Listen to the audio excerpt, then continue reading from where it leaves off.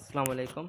Welcome back to my YouTube channel biology वाला। तो पहले हमारे दो लेक्चर्स हुए थे, जिसमें फर्स्ट लेक्चर में हमने कुछ टर्म्स को डिस्कस किया था और उसके बाद सेकेंड लेक्चर में इंट्रोडक्शन, और जो ये वाला टॉपिक है 1.1 में इंट्रोडक्शन किया था, और 1.2 का बहुत सारा पार्ट जो है हमने वहाँ पे डिस्कस कर चुके हैं। अभी हम उसकी थ्योरी को रीड आउट करेंगे। तो सेकंड पार्ट है gases exchange in plants. Plants के अंदर गैसेज एक्सचेंज क्यों होती है और कैसे होती हैं। पहले लिख रहा है कि जैसे कि हमने ऊपर स्टडी कर चुके हैं कि प्लांट क्या करते हैं, गैसेज एक्सचेंज करते हैं किस प्रोसेस को करने के लिए। एक तो होता है फोटोसिंथेसिस को, दूसरा क्या होता है रिस्पायरेशन को। इन दो प्रोसेस को परफॉर्म करने के लिए प्लांट क्या करता है, गैसेज को एक्सचेंज करता है इन्वायरमेंट के साथ। अभी क्या होता है during the process of photosynthesis, photosynthesis के अंदर क्या होता है कि कार्बन डाइऑक्साइड इन होती है और ऑक्सीजन क्या होती है, आउट होती है। और रिस्पायरेशन की क्या होता है, उसके बरक्स होता है, अपोजिट होता है।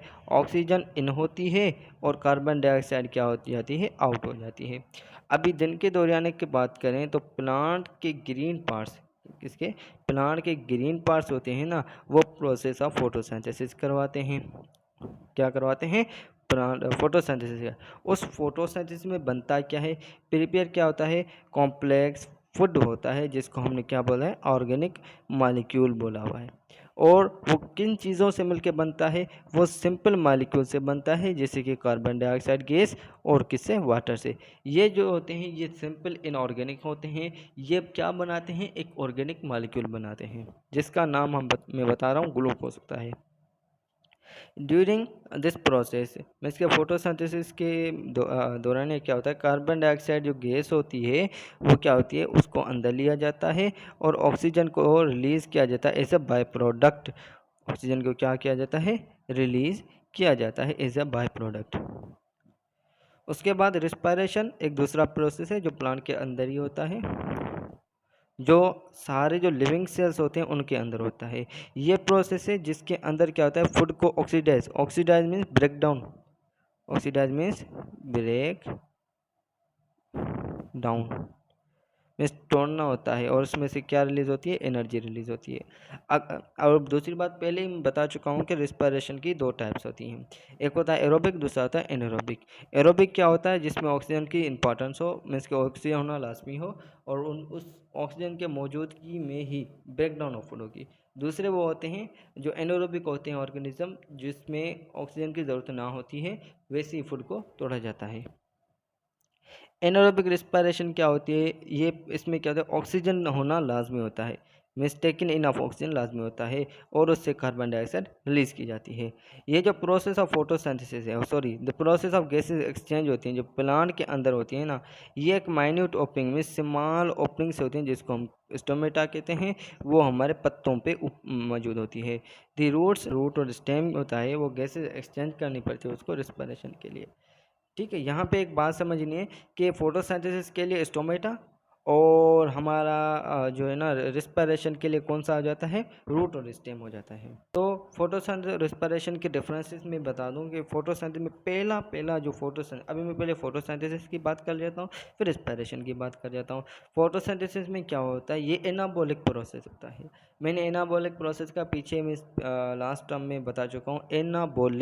एनाबॉलिक वर्ड से ही शो हो रहा है कि एनाबॉलिक मीन्स के वो प्रोसेस जिसमें मालिक्यूल्स आपस में जुड़े हो, मीन्स के ऐड हो रहे हो। एनाबॉलिक वर्ड से हमें शो हो रहा है कि मीन्स के एडिशन ऑफ टू और more simple molecules to form a organic molecules. जैसे कि हमने पढ़ा, स्टडी कर चुके हैं, क्या स्टडी कर चुके हैं, तो फोटोसिंथेसिस के अंदर सिंपल इनऑर्गेनिक मॉलिक्यूल्स आपस में मिलते हैं, वो क्या बनाते हैं, एक ऑर्गेनिक मॉलिक्यूल बनाते हैं। उसके बाद सेकंड नंबर पॉइंट आ गई, सेकंड नंबर पॉइंट पे हम चलते हैं। तो वो क्या है, synthesise of food molecules from a simple inorganic, means के कॉम्प्लेक्स फूड का बनना किन से, सिंपल इनऑर्गेनिक से बनना, मीन्स के कॉम्प्लेक्स ऑर्गेनिक फूड का बनना सिंपल इनऑर्गेनिक मॉलिक्यूल से बनना, वो किस प्रोसेस में होता है, फोटोसिंथेसिस में होता है। और ऐसे कह लूँ कि ये जो कन्वर्जन होती है, मैं इसके एक और पॉइंट आपको मैं इसके नोट करवा दूँ, ये कन्वर्जन होती है इनऑर्गेनिक मॉलिक्यूल्स की ऑर्गेनिक में, ठीक है ना। उसके बाद इसके लिए सनलाइट ज़रूरी होती है, और फोटोसिंथेसिस के लिए क्या होता है, सनलाइट ज़रूरी होती है वो। और ये जो फोटोसिंथेसिस होती है ना, वो प्लांट्स में होती है या ग्रीन पार्ट्स होते हैं ना उनमें होती है, ग्रीन सेल्स जो होते हैं ना या क्लोरोफाइल कंटेनिंग सेल्स होते हैं उनमें होती है।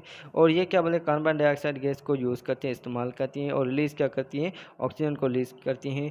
और ये डे टाइम को होती हैं, और क्लोरोफाइल इनके लिए होना लाजमी है। उसके बाद कैटाबॉलिक प्रोसेस आ गया, रिस्पायरेशन में आते हैं।